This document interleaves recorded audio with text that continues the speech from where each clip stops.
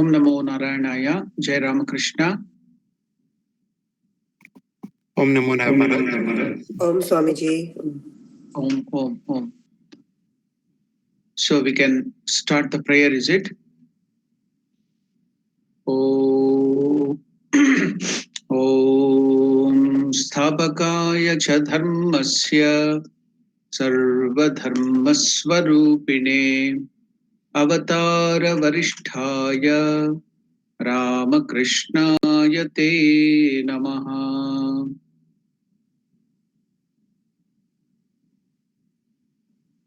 Namaskar to all of you. Welcome to the study of Ramakrishna, the Great Master. Yesterday we were looking at the way Gadadhar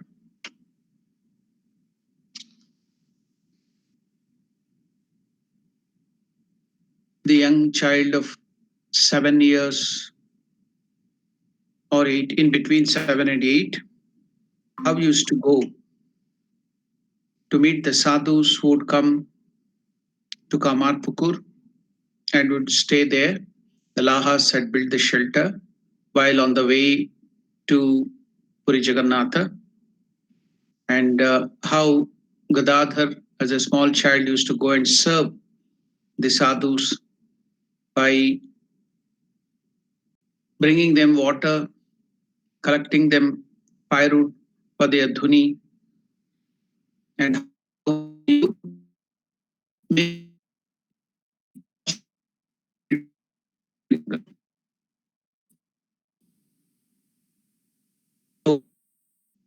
that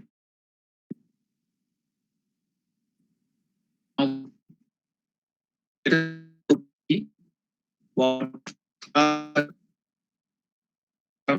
that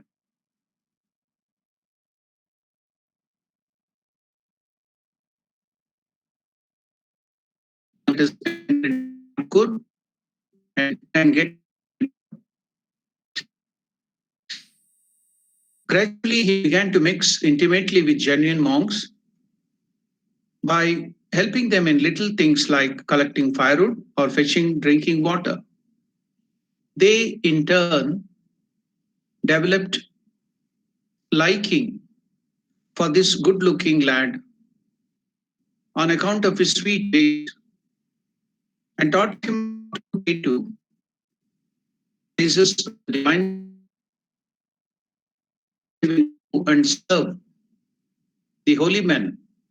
What do you get from them? Ramakrishna used to again and again tell in Vachanaved, the Gospel of Sri Ramakrishna, Satsanga. Satsanga, you will get devotion to the Lord, you will get knowledge of Lord, you will get discrimination.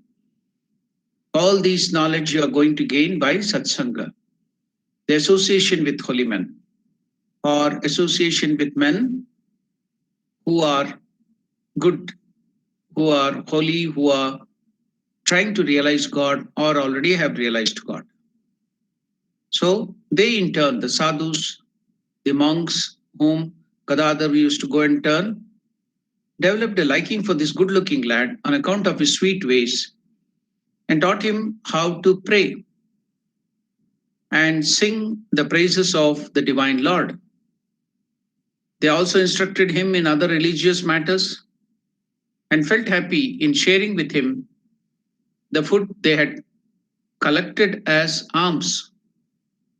They were happy to share with him the foods which they had collected as alms. You should know that Madhukari Bhiksha. Ramakrishna used to tell that is the purest form of food.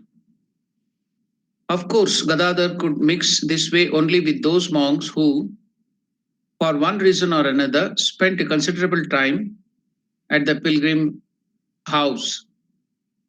When the boy was 8 years old,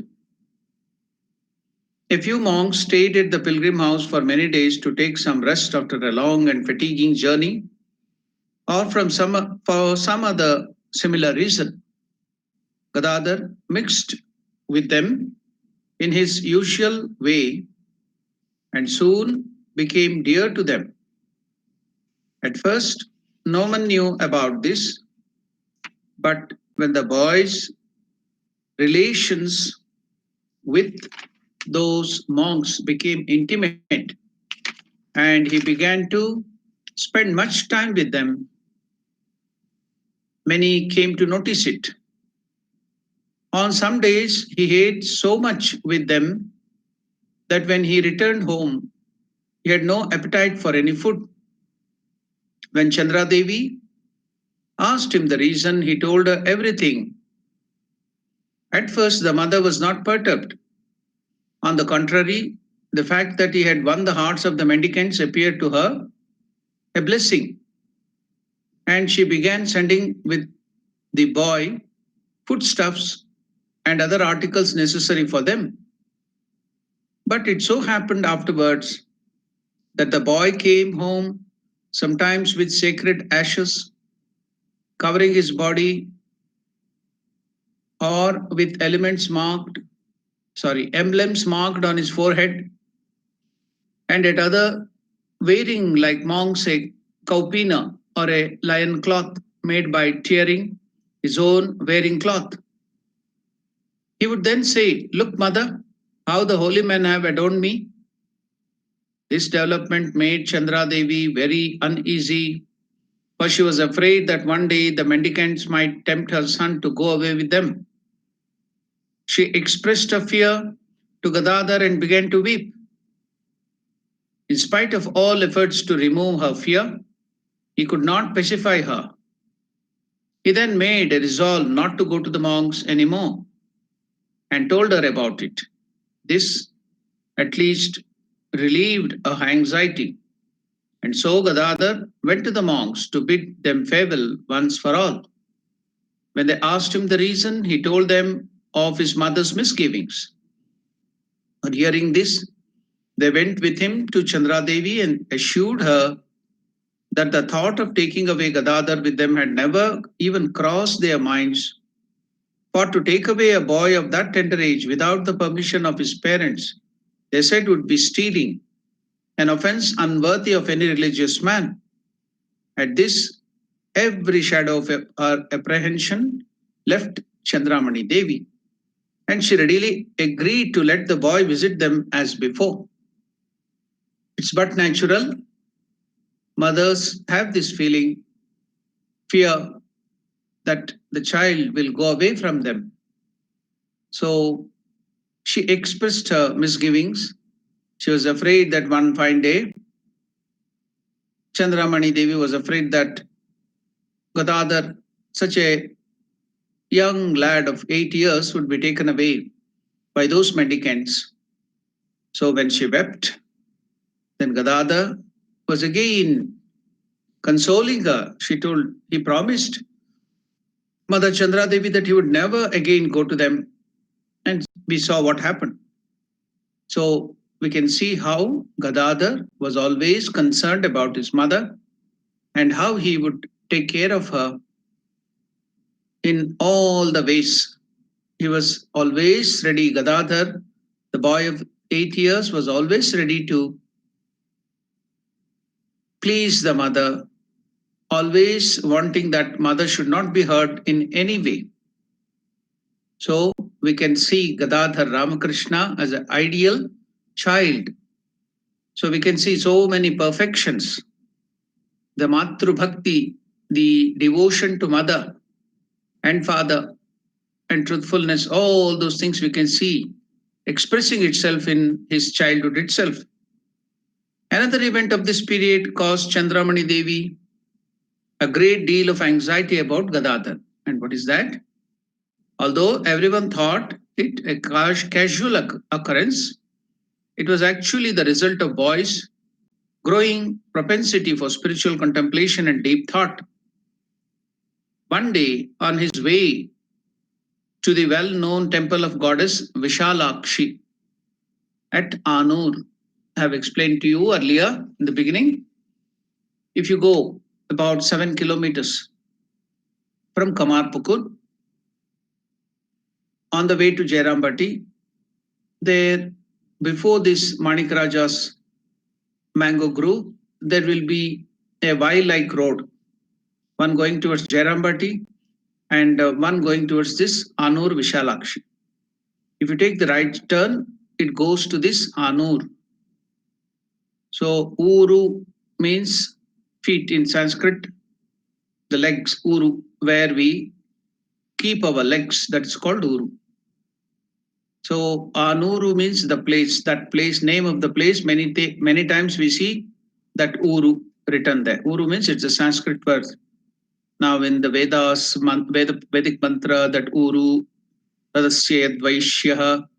So like that we get the mantra. So now that Uru means the place we keep our feet. So now the legs. So for places, any place, sometimes it will also be named as Pura, Uru, like that. So you can see in India everywhere the name. So this is Anur. There was one divine mother's. It can't be called a temple, but a small, very small, open structure. We will see about it what that is. Although everyone thought it casual occurrence, it was actually the result of boys' growing propensity for spiritual contemplation and deep thought. One day, on his way to the well-known temple of goddess Vishalakshi at Anur, a village about 2 miles north of Kamarpukur, he suddenly lost all external consciousness. Prasannamai, the pious sister of Dharmadasa Laha. There was one woman almost of the same age group of Chandramani Devi or little younger than her. So she was the Prasannamayi was the pious sister of Dharmadasa Laha, who was one of his companions, realized that it was the boy's spiritual awareness that had brought about this unconsciousness. But when Chandra Devi heard of it, she became anxious, thinking it was due to some physical malady. But on this occasion also, Gadadhar insisted that he was in that condition only because his mind had become merged in the goddess as he was contemplating on her.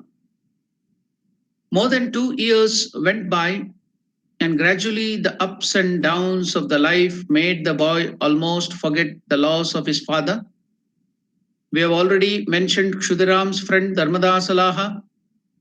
At this time, Gadadhar became an intimate friend of Dharmada's sons, Gaya Vishnu. So this Dharmadas Laha had a son, and Gadadhar became an intimate friend, very close friend of this son of Dharmadas. His name was Gaya Vishnu. Very peculiar. His name is also Gaya Vishnu. And here Ramakrishna's earlier name was also Gadadhara. So this Gaya Vishnu, the two boys were drawn to each other while at school and during walks.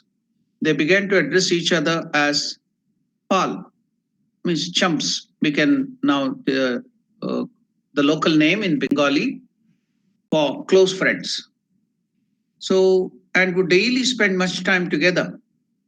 How lucky was this boy, Gaya Vishnu, to have the close friendship of this boy Gadadhar, 8-year-old Gadadhar. Gadadhar always took his friend along with him when he was invited and fed by the village woman. He would not take any of the sweets and any other delicacies prepared by his old nurse Dhani till he had given a share to Gaya Vishnu. So when anybody like Dhani or any woman of the village would give him any sweets, he would not take it. He would not eat it until he shared it with Gaya Vishnu. So now we can see this small 8-year-old boy, even younger, when he was younger, that great trait, that is Gadadhara, is very much having this great character of sharing things. Whatever given to him, food material, very delicacies, very, very good, delicious things, he would never eat it himself. He would share with others, his friends. So that habit of sharing is very, very important, which has to be taught to our children from the childhood. These are the good nature, these are the good traits which we have to emulate. Not only children, we should also learn. But whatever you have, share with others. So sharing is a very, very good habit in all the ways, which is helpful, which is a very good character for progress in spiritual life, sharing. So this boy, you can see, Gadadhar, would never eat anything. He would not take any of the sweets and other delicacies prepared by his old nurse, Dhani. till he had given a share to his close friend Gaya Vishnu. It is needless to say that Dharmadas and the guardians of Gadadhar were happy to see his friends between the two boys.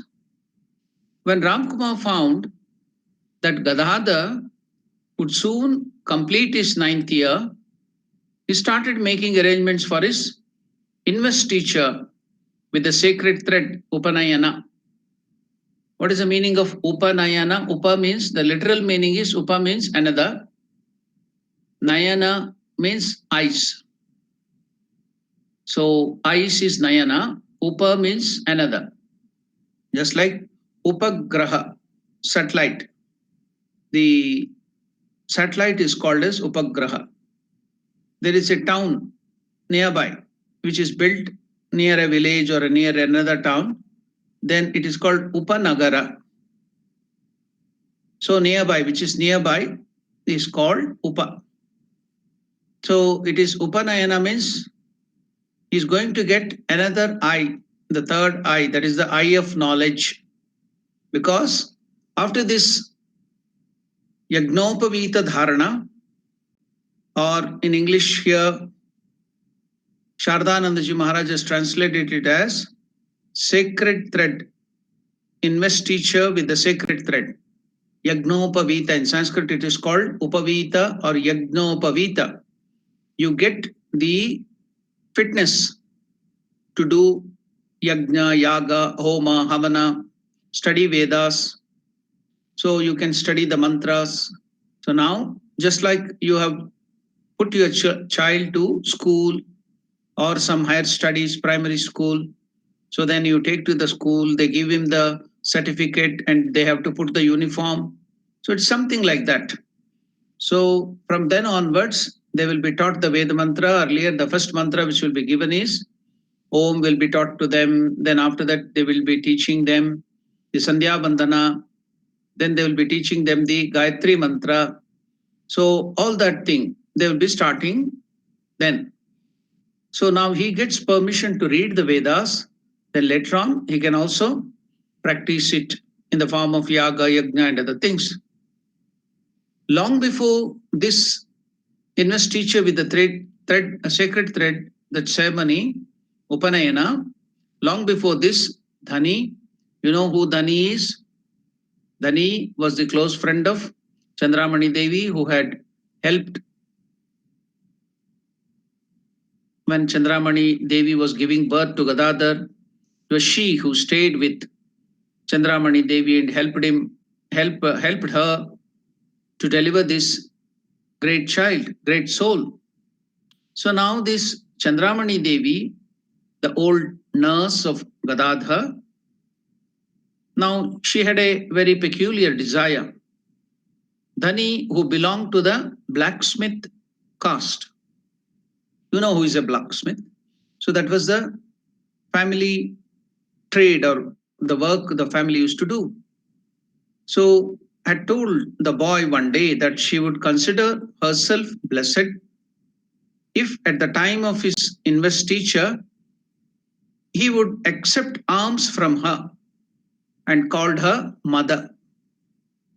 So she had expressed her desire to this great soul, that is Gadadhar, because she knew this boy was not an ordinary person. He was a great person, a great soul, the Lord who has come in this form. She could understand it. So she had expressed her desire. What was the desire of Dhani, who she belonged to the blacksmith caste? She was not a Brahmin lady. So in those days, the caste system was very strict. So she had expressed her desire, had told that boy one day that she would consider herself blessed if at the time of his investiture, the sacred thread ceremony, he would accept alms from her. So the first, after getting this sacred thread or the Yagnopavita Dharana, Upanayana ceremony, the Brahmacharins, they are called, from then they are called the Brahmacharins. They have entered into the ashrama of Brahmacharya. Everybody in Hinduism had to go. While they were children, they were not into any of these ashramas. They are just taken care of by the father and mother, teaching them good nature, good conduct, and everything. But once they come into the age of 7, then they will be sent to, that is the old tradition, the Vedic tradition, to the Gurukula, where they are taught the mantras and all the other different knowledge. There is 64 Vidyas and so many other practical things would be taught there in the Gurukula by the teacher, the Guru. So now, during that period, all the students, all the brahmacharis, they have to go and beg alms. They cannot earn money. So staying in the Gurukula, the teacher cannot look after so many students. There would be hundreds of students there in the Gurukula. He cannot take care of those students. Where can he get the money and other things? So the students had to go for alms, begging alms. You can see that even today, because many householders are so poor, they cannot give food all the time to everybody. So they make a system called Varanna. So those 7 or 8 people who are studying Sanskrit, even in, I have seen that in India, when they are studying Sanskrit and other things, they go to different houses for food, the students. So those householders who are not so well off, they will feed them one day in a week. You can come to our house, take food, and then go. That's called Varanna. So here, it's customary that you should go to beg alms. Why is that practiced? You know, the society, I told, the grihasthas, the householders had to maintain the society in this way. The students are to be taken care of while they are studying, because they are not earning money for themselves.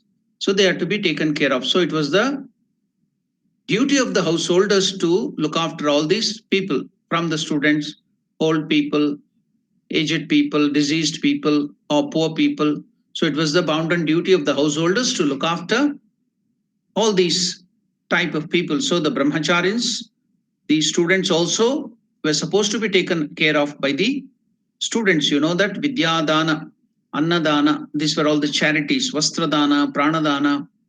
So this was considered to be very sacred act. Charity, giving alms, that would be very, very conducive, very good for the householders or anybody for that sake. So now, another reason for begging alms, the students were made to beg, is your ego will be reduced. When you have to go stand in front of the house, then you have to call the mother of the lady, the lady of the house, the mother of the house, the grihini. You can't call them as anything. You have to call them as mother, address them as Annapurneshwari. You have to consider all the women of that house as Annapurneshwari. You are not begging some human being there. You have to consider the brahmacharis are supposed to consider the women of the house while they are going to beg alms as Annapurneshwari. You have to address them as Annapurneshwari. Then ask that term in Sanskrit, Bhavati Bhikshan Dehi. Bhavati means the mother of the house, considered to be as Annapurneshwari, the divine mother. Bhikshan Dehi. Here, Bhavati means not Pullinga. It's not masculine gender. It is Bhavati. Bhikshan Dehi is feminine gender. Address the mother of the house as Annapurneshwari and ask for alms. So it is Annapurneshwari who is feeding you. That would be the bhava, the idea with which they used to beg alms. So at that time, it was the duty of the householders, whatever they had, they used to come and give. You know that Shankaracharya, when he was a young child, near his house in Kaladi, he had gone to beg from one house. There, one widow lived there alone. She was a widow, she was very poor. So now he went and begged there. She was so poor that she didn't have anything to give. She started shedding tears. I cannot give anything to this boy, Shankaracharya, Shankara. So she had only one Indian gooseberry, that is Amalaka. Amalaka, Sanskrit name is Amalaka. So that medicinally used, I told you that it has a lot of vitamin C. So it has a lot of health values. So that Amalaka or Indian gooseberry was the only thing she had. Only one, that too. She told in a very sorrowful state, she told, I have only this, I'm so poor, please take this. No, Shankara, that small boy Shankara was so much moved by her poverty, and also that desire, you see the nature of Indians there, the Hindus, whatever, she is so poor, she doesn't have anything for herself to eat, she's a widow. But the desire to give alms, to give charity, is so innate. That is what is important. The Lord doesn't see what you give, how much you give, what is the quantity or quality, or how much, what do you call, ostentatious, the more better things, so many costly things you are giving to God. But He sees the heart, the feeling with which you give bhakti. So this lady, this widow, who had nothing, she was so poor. She searched here and there, nothing to give to this boy brahmachari when he came for alms, Shankara. So she had only this gooseberry, Amalaka. With tearful eyes, she told, I'm so poor, I can give only this alms. Then gave that. Shankara was moved by that. Then he started praying to Mother Lakshmi, Divine Mother Lakshmi. He immediately composed a stotra, a verse on Mother Lakshmi. Then, pleased by that stotra, Divine Mother Lakshmi came and showered, like rain. What did he shower? Golden Amalaka, golden gooseberries, not the ordinary gooseberries. So she showered so many golden gooseberries on that or near that lady's house so that she can become rich and she should not suffer poverty. See that feeling of that mother, though she was so poor, she has to share something, give in alms to the students or brahmacharis, anybody for that, when they come for alms. This is Sanatana Dharma. This is Hinduism. This is real Indian culture, which we have to inculcate, which we have to practice. So, and see what she got. Whatever you give, then you get 1,000 times more. Immediately Shankara started praying, composing verse to Mother Lakshmi is very, very popular. They sing that. If you have poverty, if you sing that verse, then Mother Lakshmi will be pleased and she may give you wealth. So here she started showering golden amalakas, gooseberries. That's a different thing here. Now, that is when any beggar or anybody, now brahmachari is coming for alms, it is a great service if you give them alms, the students especially, the highest service you can do, the charity. So this Mother Dhani had a great desire that I should give the first bhiksha, the alms, to this brahmachari Gadadhar when he becomes the brahmachari, when he enters into the ashrama brahmacharya. As I told you, there are 4 ashramas for us to get trained. What is the first ashrama? It is brahmacharya ashrama, where you will be student, you will be studying, you will be thinking of God, you will be knowing about the truth of this world, and you will be getting education in all the fields. You will go to the Gurukula, you will study under the Guru. That is called brahmacharya. So now the same thing is called in the Western world in the higher education as bachelor's degree. Bachelor means it's brahmacharya.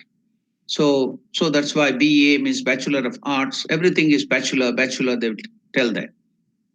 So then it is a master's. They too, until they finish their education, they are called bachelors.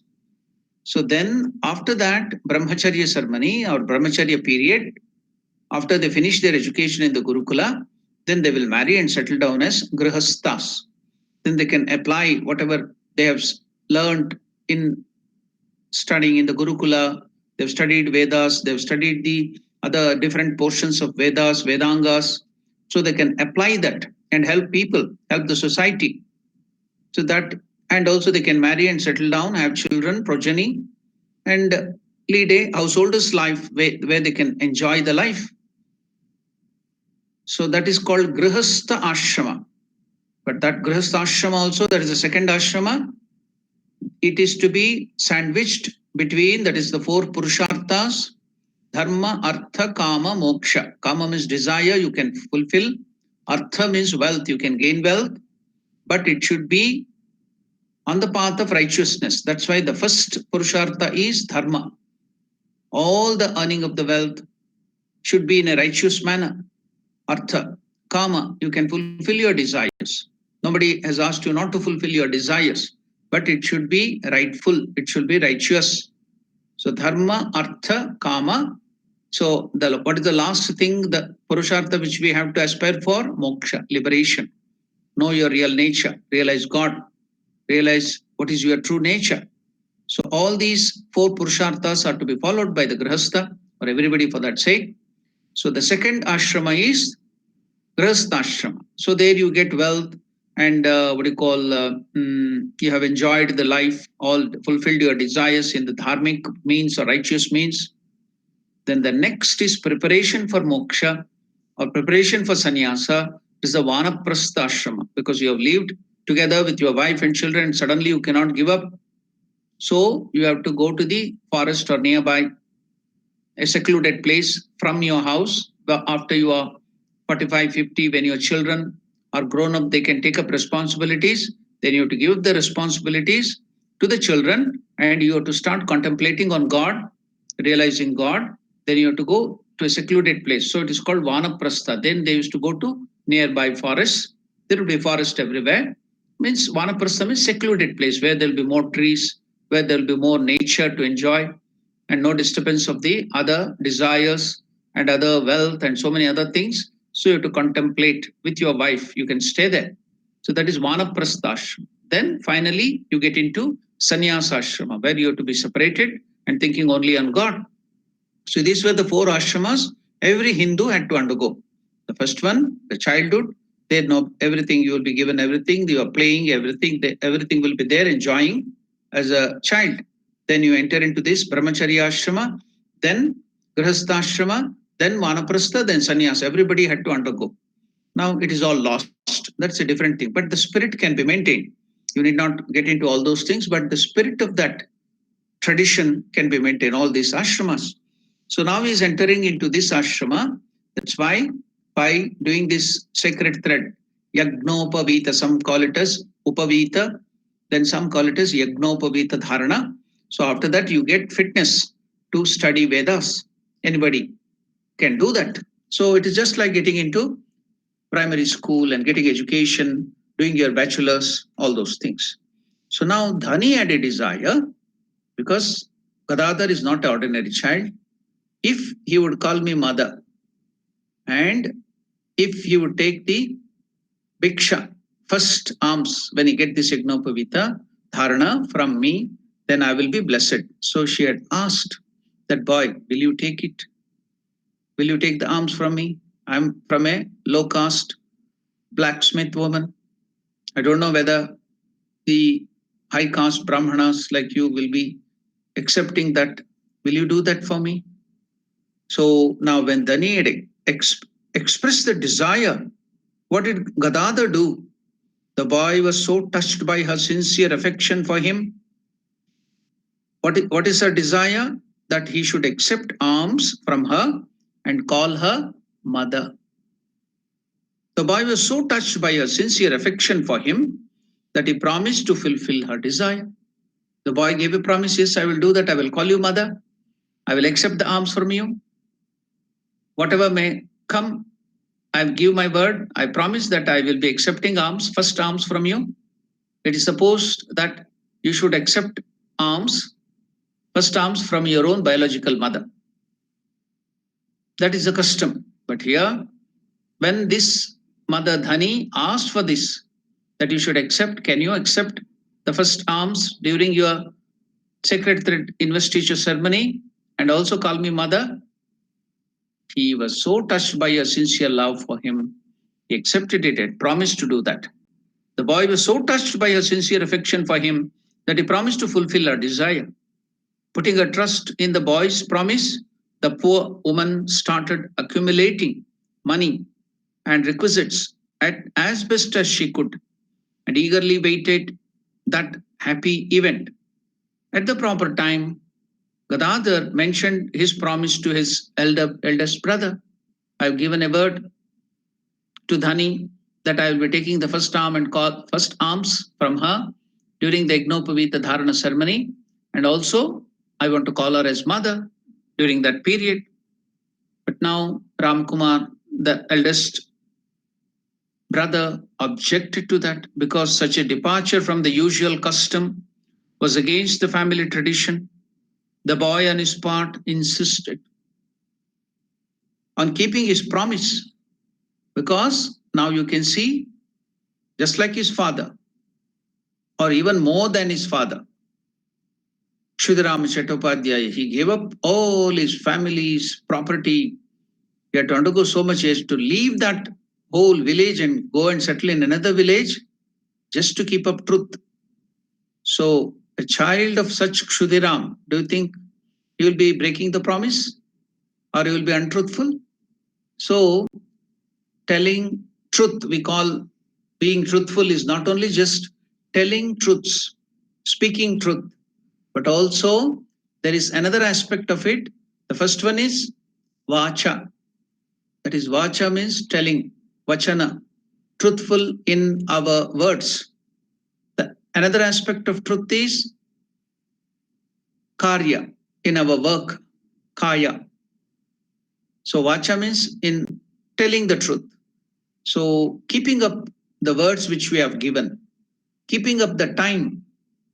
Suppose we have given an appointment. We have told that I'm going to come to your house for this purpose, or there will be a meeting, there is an appointment. I have to do this work. I will do this work before this time or exactly on that time. So when I give a word, I have to keep it up. So that is truthfulness in action. So another aspect of truthfulness is manasa, in mind too. So I may think something, I may do something, I may tell something. So my action, my speech, and my thoughts are not coordinating. So they are entirely different. That is not truthfulness. So truthfulness is not only telling truth in your words, but in your action. And what is that? Keeping your time, doing exactly on time. You should not break the time. So you should do things exactly on time. So that is also called truthfulness in action. Suppose you have promised somebody that I'm going to give, you should give that. You should not go back, take back your words. All these things were considered very, very important in Hinduism, in the Sanatana Dharma. So keeping up your words, all those things were very much practiced. Nowadays, especially, we Indians are known for breaking our times. So somehow it has not come into our blood. Earlier it was there. We have lost it now. So I'd gone to one recently in Johannesburg. I was called to a defense military program, that is the Deepavali. During that, Hindus in the defense forces of South Africa, they celebrate Deepavali. So I was invited to that to be the chief guest. So I'd gone there. Then I was invited. Many Hindus were there, and Christians were there. Other people were there. The local Africans, then the Europeans who were in the defense forces. All different groups of people were invited. Maybe some 600 or 700 or some number of people, the defense force people were there. I was asked to sing there, and I also gave a talk on what is Deepavali, significance of Deepavali, all those things. Then it was time at 6 o'clock. We were supposed to start. It were the Hindus, the Indians who had to come there. All are coming late, and then the colonel or the what do you call, the chief military officer who had organized. He was also a Hindu, so he started speaking. He told Swamiji, you have to wait a little because all our Indians, they follow that Indian standard time. They don't keep up their time. So if you make a phone call, he told it openly in the introductory speech about the Hindus and Indians. They don't keep up the time. So if they tell, oh, I'm coming here, I'm just about near the cross, I'm going to approach you, that means he has not yet started even in the from the house. He has not left his house. So I was surprised to see that here in South Africa too, Indians are keeping up this, breaking the time. So we have to be very careful. This was not our culture, and Ramakrishna is teaching. So truthfulness is not just telling the truth in your words, it is also kaya in your deed. You have to keep up your time. If you're told that you will come at this time, you have to try maximum. You have to put in the effort. There are so many circumstances, like if there may be a floods or if there may be some rain or something traffic jam which you cannot, you know that if sincerely you can't do that, then it's okay. But even then you have to try your level best to keep up your time. When you are given some words, you have to not break those things. That is kaya, truthfulness in your deed. So in your words and deed and your thoughts, you should be truthful. All the things, not only truth, any other things, these are the three aspects which you have to take care. First is in your words. That's why in India, everywhere they'll be telling kaya, vacha, manasa. Now it has become just like parrot-like repetition. Will not go get into the meaning. So kaya means in your deeds. Vacha means in your words. And manasa means in your thought. So they should coordinate together. They should not be different. So that is very, very important. So your truthfulness. Now, Gadadhar, such a small boy of 8, is telling when his brother objected that you can't do that, you can't break the tradition of the house, family. You cannot take alms from another woman. You have to take it from your mother. But Gadadhar told, my dear brother, I have given a promise. I cannot break the promise. And also, what was the thing he told? Why am I taking this Yagnopavita Dharana or get studying the Vedas or whatever it might be? To be truthful. Then in the beginning itself, if I break my words, being untruthful, then what is the use of all these things? Why should I take up the ceremony? The thing of the ceremony I'm undergoing that is to learn the Vedas and be truthful and learn all these good qualities. And even before getting into that Yagnopavita Dharana ceremony, which should bring in these good qualities of truthfulness and so many other things. If I break the truth, if I am not truthful, then why on earth should I do all these things? That should lead me to become more truthful. So that was the reply of such a small child, Gadadhar of 8. Can you imagine? So now Ramkumar objected because such a departure from the usual custom was against the family tradition. Now what did Gadadhar tell? The boy on his part insisted on keeping his promise. I can't break the promise. Why? And argued with his elder brother that if he yielded to the objection, he would be guilty of breaking his promise, being untruthful. I've given the words, untruthful. He insisted keeping his promise, argued that if he yielded to the objection, he would be guilty of breaking his promise, and that an untruthful person, see now what that Gadadhar, boy of 8, lad of 8 is telling, an untruthful person was not fit to put on the sacred thread. You just imagine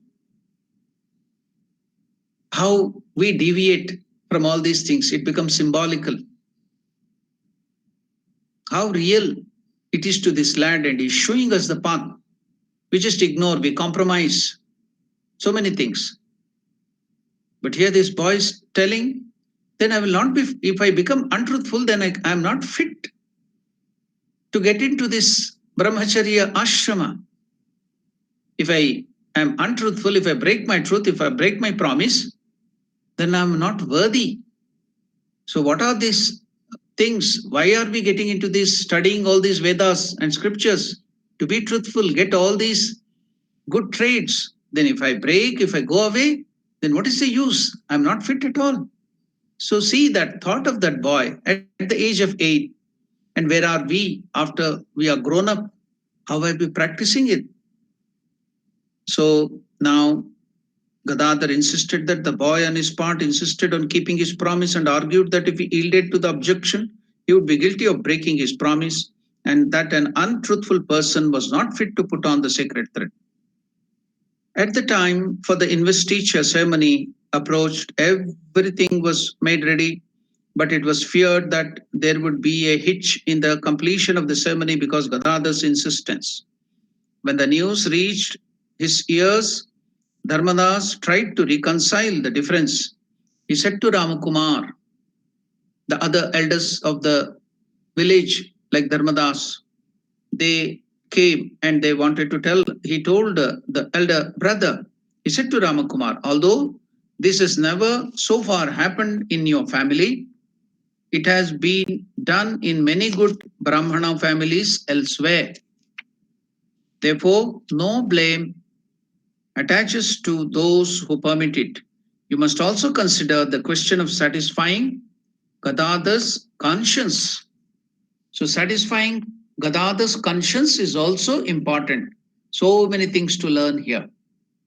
We have to think on that. We have to cogitate on all these things. Then you come to your conclusion. You need not be forced into conclusion by my argument. You just meditate, you just think of it, think deeply of it, and you come to conclusion. What, how, what are our traditions? Should we just literally like parrot or like a mission? We have to follow it, or we have to follow the spirit. We should also, with the rituals, we should also know the significance and then follow it. Then it will be more fruitful. So, just in the guise, you should not give up. In the guise of that being truthful and other things, you should not give up all the rituals and pujas and all other things. But what it means is you should know the significance. You should know the inner meaning and then practice, then it will be more fruitful.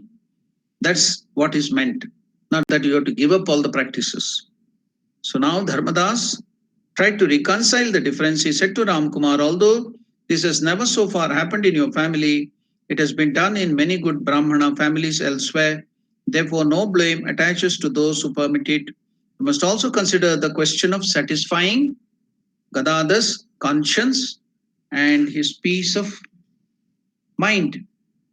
At these words of their father's friend, the wise old Dharmadas Laha, Ramkumar, and others refrained from raising further objections. Gadadhar then, with a cheerful heart, put on the sacred thread in accordance with the scriptural injunctions and applied his mind to performing Sandhya. So as I told you, Sandhya, Vandana, and worship, etc., are the practices in India. Especially, it is done by the rishis, the saints of the yoga. So that, what is this Sandhya? What is the meaning of Sandhya? Sandhya means the joining period. What is the joining period? Now night will come and join the day.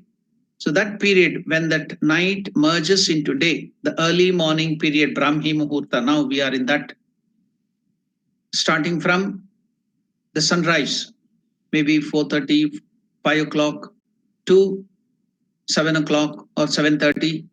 In that time gap where the night merges into day, that period is called Sandhya, Prata Sandhya. So Sandhya means the conjoining time. Anything that joining together is called Sandhya, just like yoga is also joining. So the joining of union, yoga, yujir, yoge, means union of Jivatman with Paramatman. That's called yoga. Likewise here, the timing, the joining period of from the night to the daytime, that is called Prata Sandhya, morning Sandhya. Then the daytime joining with the evening time, that is noon, something like 12 o'clock. So that period is called Madhyandina Sandhya, afternoon Sandhya. Then the evening merges with the night. So that is called, or the day merges with the night. So that is called Sayam Sandhya. Sayam means evening. So these are all the three important Sandhyas, which generally everybody practice it. But some cannot do the Madhyandina Sandhya. They have work nowadays. It is not just like the olden days. So many cannot practice Madhyandina Sandhya. But praying to God, doing all these japa and other things, puja, it has to be kept up morning and evening. You have to do. That is compulsory. So that is a Pratha Sandhya and Sayam Sandhya. So there is also one more Sandhya, the midnight. So the night, midnight, 12 o'clock. Madhyaratri.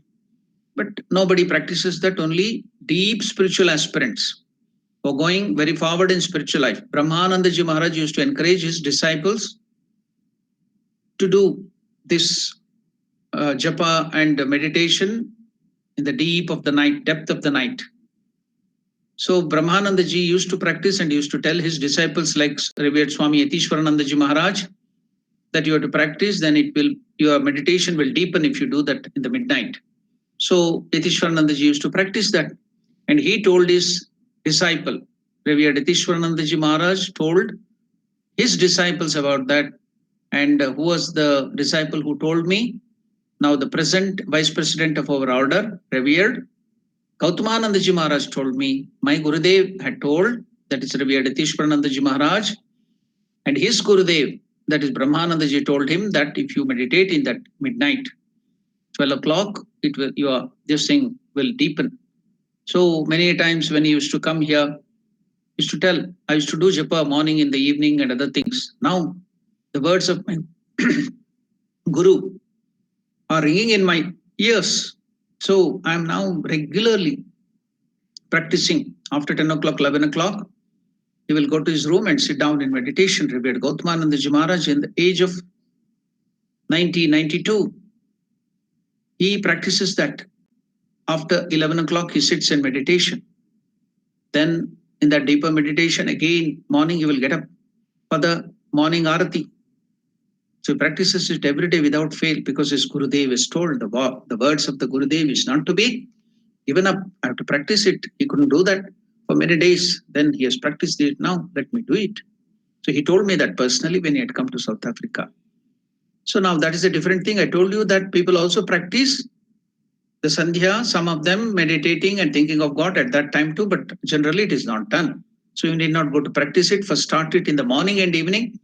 That is our Gurudev as instructed, your Mantra Diksha Guru has instructed to do in the morning and evening. So please do that. So that is Sandhya Vandanam.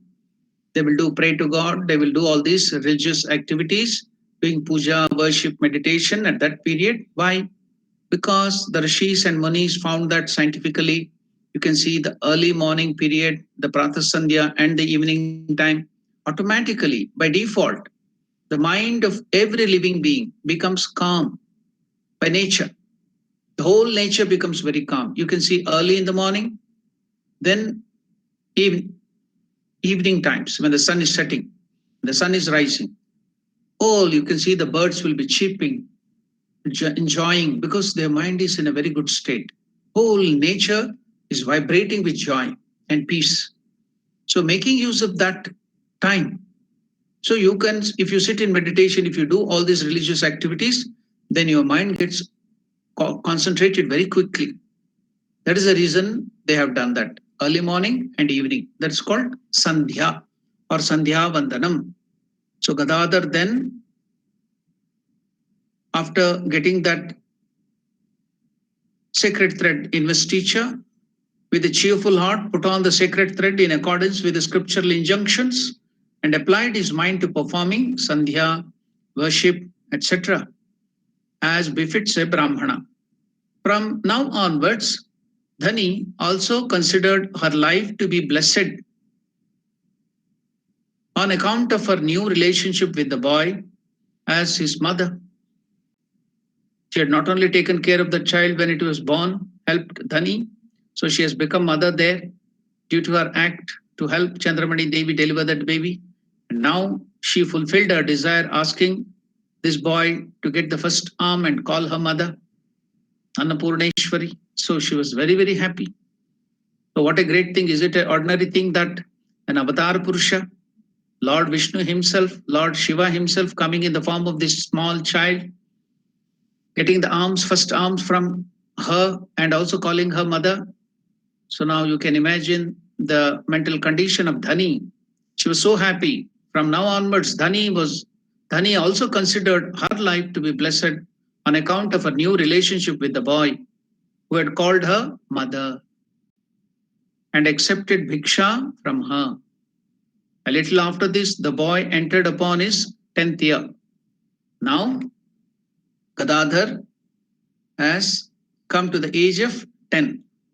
Now let us see what Gadadhar will do as a boy of lad of 10. So about this time, the villagers were wonderstruck at the event which showed Gadadhar's unique heaven-born genius. What is that? As we told earlier, that from his childhood, even as a boy of 5, 4, his father had noticed he had photographic memory, Shrutidhara. Once whatever he heard, he would never forget. Another thing is his great wisdom. In this childhood, you can see how he was facing his brother, arguing with brother that truthfulness is very important. If you have to get the fitness into the sacred thread ceremony, you should be truthful. The truthfulness is the important thing which we have to learn from all this studying of Vedas and Brahmacharya ceremony and all those things should give you this truth, to give you these natural qualities. So you can note that from that childhood, how intelligent, it is not ordinary intelligence, it is wisdom this boy had, who could convince his brother to elder brother who was well versed in so many scriptural things. But this boy doesn't know anything, but he knows the spirit. He doesn't know all these things. He has not learned scriptures. He's such a small boy, but yet the spirit is there. So now you can see villagers were wonderstruck at the event which showed Gadadhar's unique heaven-born genius. At that small age, what is that? A big meeting of scholars had been convened at the house of the Lahas during the performance of a Shraddha ceremony. So if there would be some ceremony like the Shraddha means the last rites, after the last rite, suppose somebody dies. So after that, so that the person, their ancestor who had passed away, in their name, these ceremonies and other charity works of charity, some programs will be arranged so that the person who has died will get some punya, merit by these acts. Will be benefited because many people will hear the scholarly renditions, musical concert, then Harikatha and other telling of the stories from the Bhagavata, Ramayana, Mahabharata. If you do that, it is very, very beneficial. It is very, very meritorious. You will get merit, that is punya. So that's why, while somebody had died in their family, they had arranged as a last rite, Shraddha. As I told you, the word Shraddha comes from the original word Shraddha. So you have the belief that even after giving up the body, our ancestors, they leave. They have the Sukshma Sharira. Our Rishis, Munis had found out that. So to please them, to help them to go forward in their journey, onward journey, evolution, if the offsprings like children, their children or their kith and kin, if they do such activities, acts of charity, the dead ones, the ancestors who have given up the body, they will be benefited. They will get the merits, punya.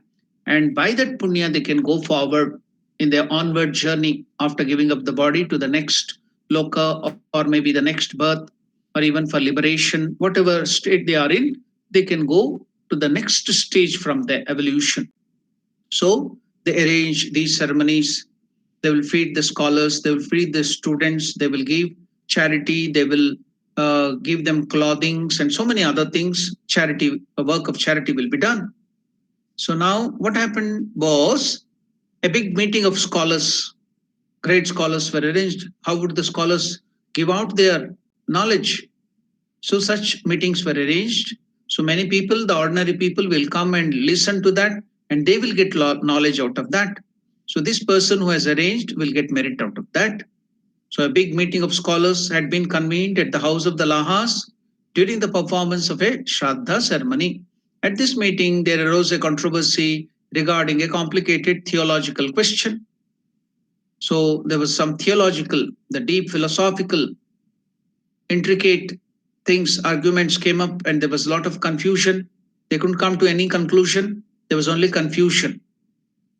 So at that scholarly meeting, there arose a controversy regarding a complicated theological question, and the scholars could not arrive at a correct solution of the disputed point. So they were arguing again and again.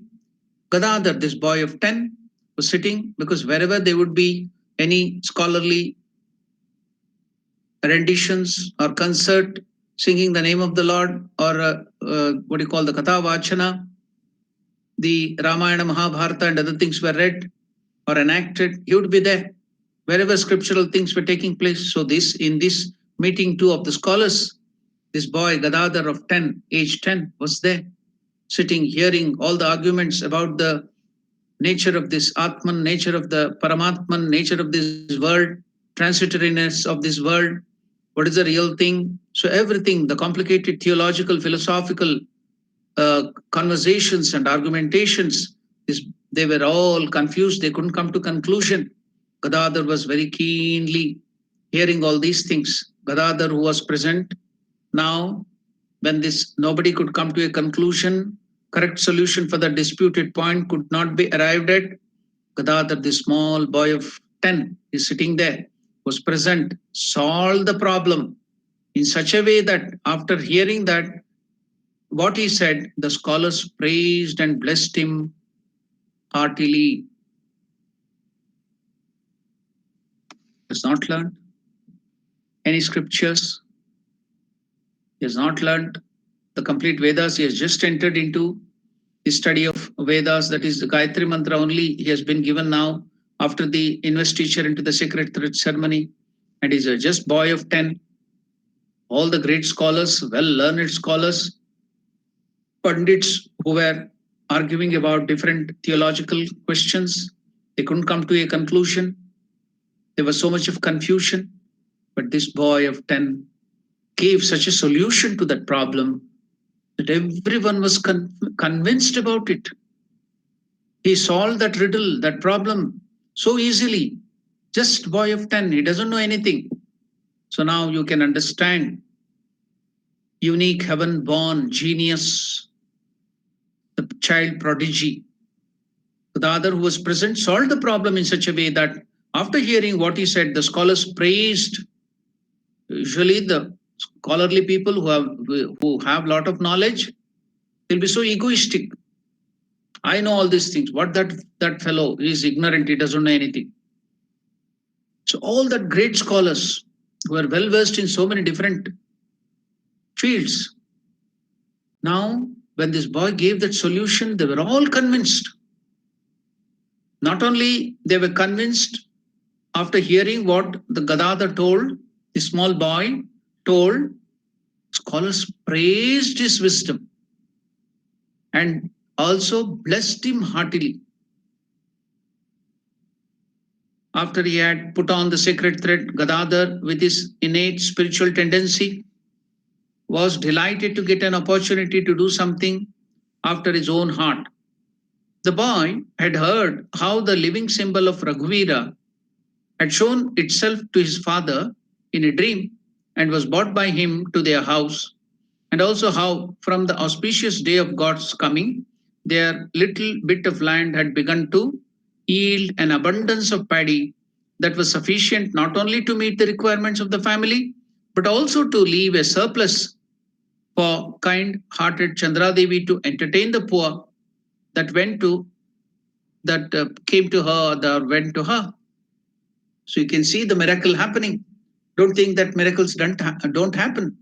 We have faith in God. God can do anything. God is all powerful. So that can be seen here.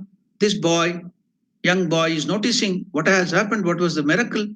He had heard how the living symbol of Raghuvir, that is Ramachandra's, that Shila, after he got that, his father had shown itself to his father in a dream and was brought by him to their house, and also how from the auspicious day of God's coming, their little bit of land had begun to yield an abundance of paddy and was sufficient not only to meet the requirements of the family, but also to leave a surplus for kind-hearted Chandradevi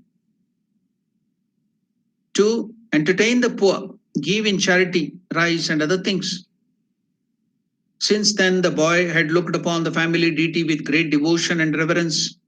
Now that he had the privilege of touching, after you get invested with that sacred thread ceremony, you will get the fitness to worship, do all the worship, puja and other things.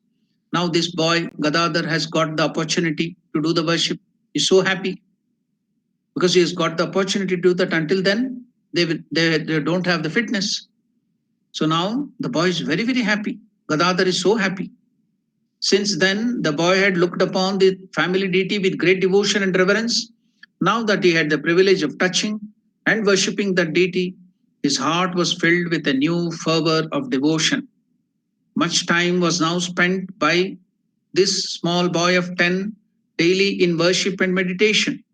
After concluding the customary daily prayers and other duties, he served Raghuveer with special steadfastness and devotion so that the God might bestow his grace on him as he had bestowed on his father by blessing him with his visions and giving him commands from time to time. The god Rameshwara Shiva and the goddess Shitala also received his service. You know how did Rameshwara Shiva come? When his father had gone to Rameshwaram, he had bought a Shivalinga from there as a memory of that, and he had kept that there in the amongst the family deities, and he was worshipping. So that was Rameshwara Shiva. Shivalinga was there. Then there's Raghuvira Saligrama, then Shitala Devi. That picture, if you go, the water kept in the picture, that is worshipped as Kalasha, as Mother Shitala Devi. If you go to Kamarpukur now, you can see all of them there still being worshipped by the family members of Sri Ramakrishna, that is the children, the descendants of Rameshwar, the second brother. Ramkumar was the eldest, and Rameshwar was the next, the elder brother of Ramakrishna. So their children, their descendants, are now still worshipping that they come. Though it belongs to Ashrama, it is there in the Ashrama now.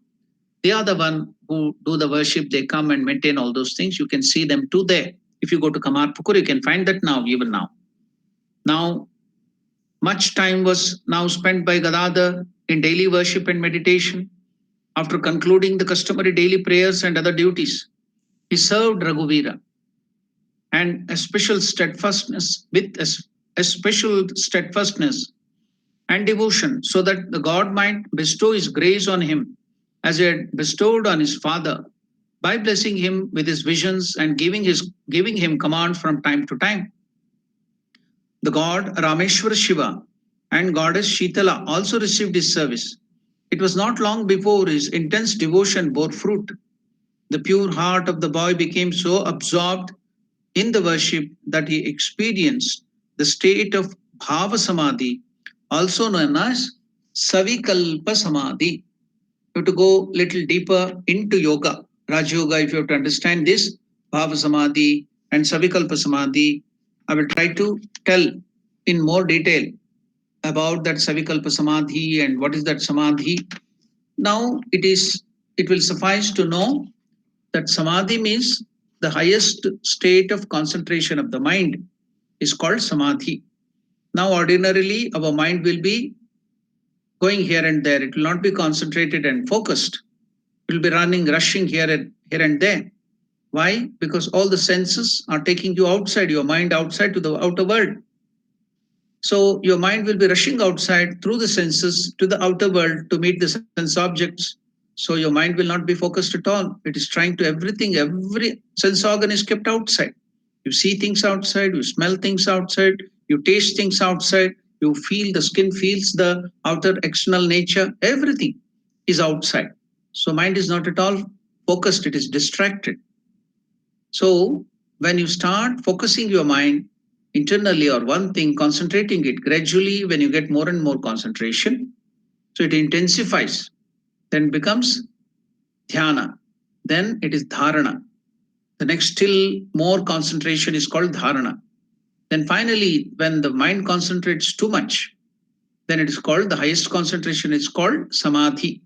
In that samadhi also there are so many ways. So you should not confuse samadhi to so many other things. Samadhi means intense concentration on particular thing of the mind is samadhi. Very intense concentration, it will be focused.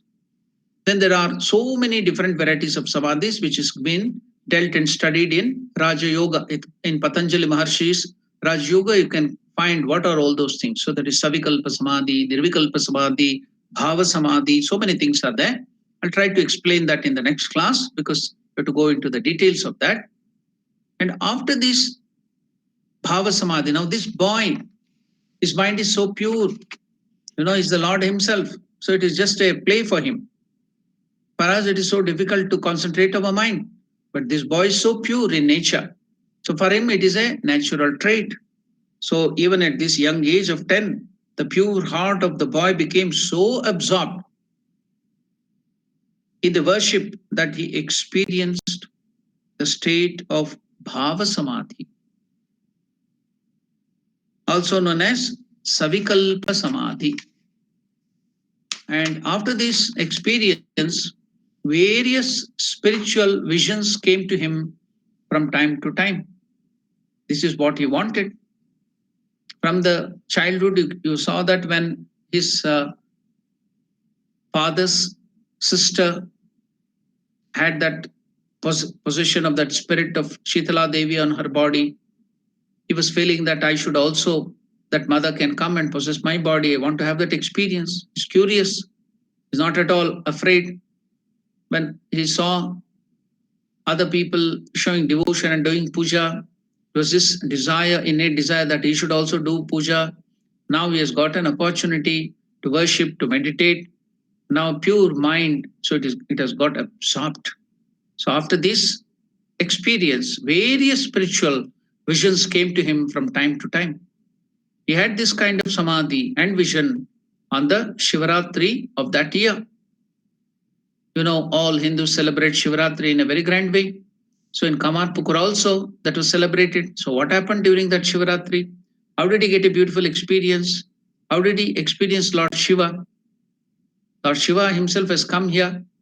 Vishnu also has come here. So he has Shiva and Vishnu, both of them here in this great soul. So what was the experience? Let us go and see during Shivaratri. Let us now, all of us, enter into Shivaratri. We all will remember how we celebrate Shivaratri. So much of that is a vrata. It's not a festival, because you have to fast, you have to do upavas, then you have to think of Lord Shiva, you have to do the worship of Shiva. So that is the thing which we have to do. So there will be so many kathas on Lord Shiva, glory will be sung everywhere. The whole night they spent in the memory of Shiva. Now the boy had fasted that day and worshipped with intense devotion and the great god Shiva. So Shiva is called as Devadideva Mahadeva. That has been translated here as the great god Shiva, Maheshwara. The boy had fasted that day and worshipped with intense devotion the great god Shiva, the origin of all gods. Why is he called great god Shiva? He is the origin of all gods. After the whole creation will get into pralaya, he is the one who causes the pralaya. He will absorb the whole creation into himself and give it rest. That is pralaya. He is the pralaya karta. Even after pralaya, Shiva exists. So from him, everything comes out. That's why here, Shardanandaji Maharaj is a great saint, who is a man of realization. He's telling, the boy had fasted the day and worshipped with intense devotion the great god Shiva, the origin of all the gods. His friend Gaya Vishnu and some other boys of his age were also fasting, had decided to keep a vigil that night, witnessing a drama depicting the glory of Shiva. Now, fasting again is a very, very important trait. It has a lot of health value, fasting. Once in a while, that's why in India it is practiced on Ekadashi, they fast. There will be different types of fast. Sajala Upavasa, Nirjala Upavasa. Like that, there are different types of fasts. People sometimes they cannot fast, give up food totally. But some people have the capacity, the titiksha to withstand. So they can do Nirjala Upavasa. What is Nirjala Upavasa? They will not even take a drop of water, because they're sacrificing all the luxuries and even the regular need of the body for the sake of God. So that's a sacrifice you are ready to give up. So people can try. If they have the capacity, then your willpower will increase and your power of the body to withstand the difficulties will increase. Then the body, naturally, if you fast, you will get a lot of strength. The digestive system will get rest. The whole body will get rejuvenated. Toxins will be removed. So once in 15 days or once in a week, fasting will be very, very good for the health. Okay, if you can't do Nirjala Upvas, then you can take some liquid, hot water with lemon, with some honey. That also improves your health. It will keep your body very fit. So once in a week, once in 15 days. So we can see in Hinduism, on Monday, sometimes they give up food in the name of Shiva. Even once, giving up food even once will be good. Or just taking some simple things like fruits or just boiled vegetables. So no eating of all the regular food. That is, there are different kinds of fasting, which has very good health effects, and it will cool and calm down your mind. It will increase your willpower, and also it will be easy for you to go forward in spiritual life. So there will be no strength left for the indriyas to rush outside. Otherwise, the food you give will be converted. The best portion will be the best, highest, subtlest portion will be converted into thought energy. The grossest form of the food will go to form this our body and other things. Then still more subtler thing will go to form our blood and other things. Energy in the body, you know that glucose, C6H12, O6, and other things, proteins, lipids, fats, they're all broken down and they go to form our muscles, the proteins and other things, the fatty acids, so many things our body is formed. So when that glucose, the bonds are broken, it produces that energy that goes to sustain our body. We have to maintain our temperature, the metabolism, catabolism, everything. The food helps, but when you reduce the food, there will be rest for the whole of the body. So it will get rejuvenated. It will have time to rejuvenate your body. When you do upavasam, the body will start healing itself. So much of toxins which are produced in the body will be removed when you do this. Otherwise, most of your energy, why do we eat food? To get energy. So most of our energy will go to digest the extra food which we have eaten. So where is the energy left for what you call giving the nutrition to the body? There is no energy left. There is a saying, Egyptian saying. So doctors need not be upset or hurt by me. It is Egyptian saying. What is that? 25% of the food we eat only goes to nourish our body. The rest 75 goes to nourish the doctor. And there is another saying in English. What is that? If you start eating food like medicine, then you may not have to take medicines like food. If you take food like medicine, very little, then you may not have to take medicines like food. Eating too much of things and spoiling the whole system, we get into such a state that then you have to eat so much of medicines like food. You can't eat any food, you have to eat only medicines and medicines.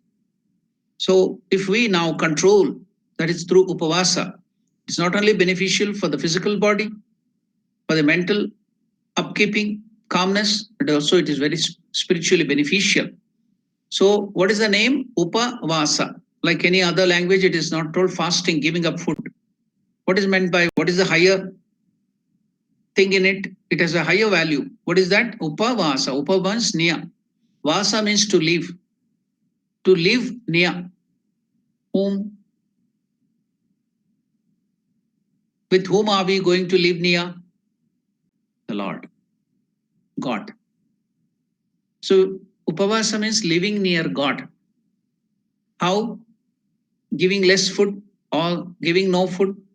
All that indriyas which are taking away your concentration, running here and there, distraction, that energy will be reduced. So they keep quiet. They can't move. So using that silent mind and the indriyas which are not rushing outside, focus on God. Think of God. Do the work of God. You will get energy from within. The Atman, the energy of the Atman will come out. You try. Don't go to do the highest and the topmost and giving up even water and everything. Please don't try like that. Gradually, first day give up one food or one breakfast, or you can take less, just liquid milk and other things. Then you increase the no, decrease the quantity little by little. Then give the body little strength and practice that. So living near God all the time, you should not be thinking of your own body. Oh, I am tired. I can't do that. Oh, I have fasted. I have fasted. You don't meditate on food and your body, but meditating God is important. Using that force of the mind, you have to concentrate, and doing that upvas will help you. So upvas is a very, very important thing.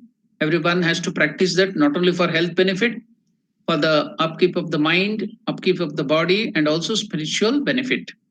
So now on Shivaratri, they do Nirjala Upvasa. Used to encourage our students, many of our students, young students used to do Nirjala Upvasa on Shivaratri.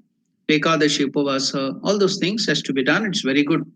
The boy had fasted that day, Gadadhar 10 of 10, and worshipped with intense devotion the great god Shiva, the origin of all gods. His friend Gaya Vishnu and some other boys of his age were also fasting and had decided to keep a vigil. What is this vigil? Waking all the night. So in the name of Lord Shiva, that is the Shiva Ratri, the festival of the night. So you have to keep vigil. You should not sleep. You should think of God. So you have to keep vigil that night, witnessing a drama depicted the glory of Shiva. The drama that was to be staged in the house of their neighbor Sitanath Paine. Even now, if you go to Kamarpukur, a little away from Gadadhar's house, we can find that Sitanath Paine's house, and there the stage where he had enacted as Lord Shiva. That stage is still there in the dilapidated state. If you go to Kamarpukur, you can find all those things. So the drama on Lord Shiva was to be staged in the house of their neighbor Sitanath Paine. After finishing the worship of the first quarter, so the night and the day are divided into quarters. It is called Prahara. Pratama Prahara. What is that Pratama Prahara of the night? So from 6 o'clock to 9 o'clock. So 3 hours. 6, 7, 8, 9. 3 hours. So it is divided like this. That's the Pratama Prahara. Then from 9 to 10, 11, 12. 3 hours. The second Prahara. Dvitiya Prahara. Then 12 to 1, 2, 3, 3 o'clock. It is the Tritiya Prahara, the third Prahara, third quarter of the night. Then from night 3 o'clock to 3, 4, 5, 6, early morning 6, it is the last fourth Prahara. So like that, the night is divided into Praharas, three quarters. So the Pratama Prahara, now here. So the day also is divided like that, but in Shivaratri we do different aspect of Shiva, the worship of Shiva in these different praharas. So now, after finishing the worship of the first quarters, Prahara, Gadadhar was sitting merged in the contemplation of Shiva. When his friend suddenly came and told him that he would have to act the part of Lord Shiva. What is this suddenly? He's finished his puja of the first Prahara and sitting there in contemplation, meditating on Shiva, this boy of 10. And now they're telling you have to act there as Lord Shiva. Isn't it confusing? Suddenly, that to today, no practice, nothing. You do not know anything. On the day of Shivaratri, you have to go and act like Shiva. So when his friends came, Gaya, Vishnu and others, and told him, then Gadadhar was surprised. Gadadhar was sitting merged in the contemplation of Shiva when his friend suddenly came and told him that he would have to act the part of Shiva and speak a few words in the play at the house of the Paines. For they explained the person who usually played that role had suddenly taken ill and was unable to appear. Gadadhar at first declined on the ground that it would interfere with his worship, but they brushed aside the objection, arguing that if he acted the part of Shiva, he would have to think of Lord Shiva all the time, and that was as good as worship. What is the use of worship? We are thinking, meditating on Lord Shiva. Now, if you put the part of Lord Shiva, then you yourself are thinking of Lord Shiva, his traits and his qualities. That is also worship. Why don't you think? So there are different kinds of worship. Like Ramakrishna used to tell in his older days that meditation is of different types. We all think that meditation means close your eyes. So there is meditation with eyes closed and meditation with eyes open. So this is meditation or worship with eyes open. So how to do that? The friends are telling Gadadhar. So now what did they tell? Gadadhar at first declined on the ground that it would interfere with his worship, but they brushed aside the objection, arguing that if he acted the part of Shiva, he would have to think of him all the time, and that was as good as worship. Moreover, they said his refusal would deprive very many people of the entertainment. They also were fasting and had decided to keep a vigil the whole night, witnessing the drama. Won over by such arguments, Gadadhar agreed finally. It would help so many people when they put the argument that so many people will be disturbed because they have not seen the drama of Lord Shiva. They all are fasting and they are keeping the vigil. And now when the drama stops, they will be all hurt. So when this argument was put, immediately see, Gadadhar's mind is always thinking of benefit of humanity. How can be people made happy? That is always there in his mind from his childhood. How can I keep people happy? How to serve them? So if they are pained, Gadadhar couldn't keep quiet. Immediately gave up all the worship. Yes, he agreed. Why? He is ready to give up his own personal puja. Why? Because he has to do the fasting, but it will benefit many. When that argument was put, Gadadhar would immediately accept.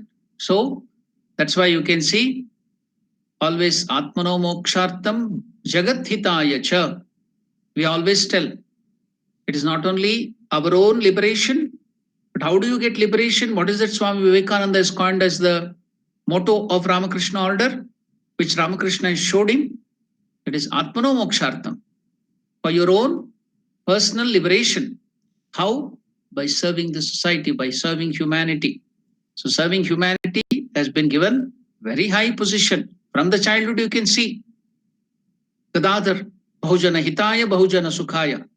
We always sing without knowing the meaning, and we also utter it in the English. Sarvesham Swastit Bhavatu Sarvesham. All those things, prayers we tell. Sarve Bhavantu Sukhinaha. Sarve Santu Niramaya. That is always praying for the welfare, goodness of the society. But when it comes to act, we always pray, we tell the meaning too, but we don't mean it. In action, we fail. Sarvesham Swastir Bhavatu. Let all be happy. Let there be no difficulty to anybody. But when it comes that I should remove the difficulty of others, we shirk and go back. So here, Gadadhar is not like that. That boy of 10, now he's thinking, how can I make the people happy? They should be happy. They should not be made sad. He agreed. He gave up his own personal puja. Now, Gadadhar, who declined earlier when the friends put these arguments, when they told that, moreover, they said his refusal would deprive very many people of the entertainment. They also were fasting and had decided to keep a vigil the whole night, witnessing the drama. Won over by such arguments, Gadadhar agreed finally and appeared on the stage in the role of Shiva. With his makeup of matted hair, Rudraksha beads and ashes, he became so merged in the thought of Shiva that he lost all external consciousness. As he continued to be in that state for a long time, so now he became Shiva himself. He is Shiva himself. Now, when he has taken this human form, he has made himself to forget those things and is behaving like an ordinary person. But now when the dress was put on, he became Shiva himself. What a wonderful thing. Vishnu becoming Shiva, Shiva becoming Vishnu. Is there any difference between them? Again and again, Gadadhar in his birth, in this he's showing they are not separate. Shiva is not separate from Vishnu, Vishnu is not separate from Shiva. Let us meditate that beautiful aspect. Today we came back to Shivratri again. Shivratri happens every month. There is Masa Shivratri, just like the Shivratri which we do during the February, March, that period. is the Varshika Shivaratri. But there is every month there is Shivaratri that is called Masa Shivaratri. So for us now today is Shivaratri because we are meditating on Lord Shiva. And that too Ramakrishna himself has become Shiva. In that beautiful mind, we will stay up till the next class and we will see what happened to Gadadhar after this. Until then, we will stop because we have finished our time. We have 2 or 3 minutes to ask questions or doubts. So we will end our session. Before that, you can ask any doubt or any questions.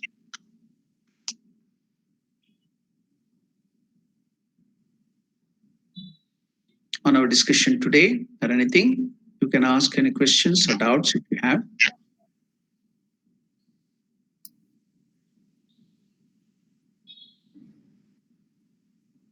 Okay, then we can end the session by the prayer.